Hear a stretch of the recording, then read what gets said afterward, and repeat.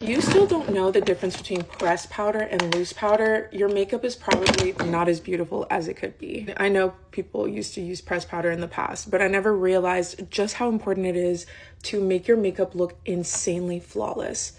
Look at my skin.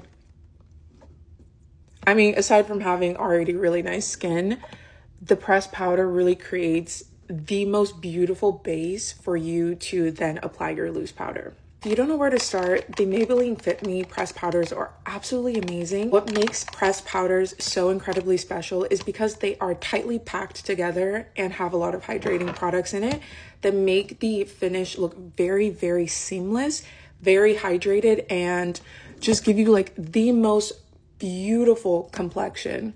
Like, look at that. When I used to only use loose powders on my makeup, I had a lot of issues with, number one, having like cakey makeup that would separate. But what pressed powders do is kind of keep the makeup in place with a hydrating base so that you can then go over it with a loose powder and kind of define whatever you want to define. Like, for example, I used a loose powder to kind of carve out the contour that I already put on my nose.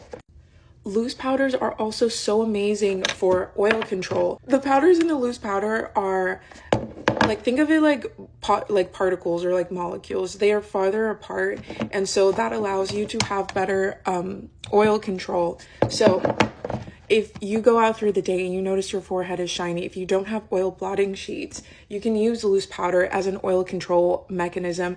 They're so great for mattifying your face.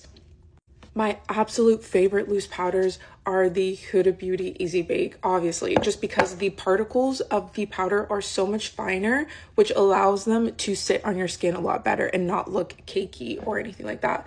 I also really love the Fenty Beauty loose powder. This one is in Honey 5, and an honorable mention, the one size products are really great. This is my only pink powder. This is an ultra pink.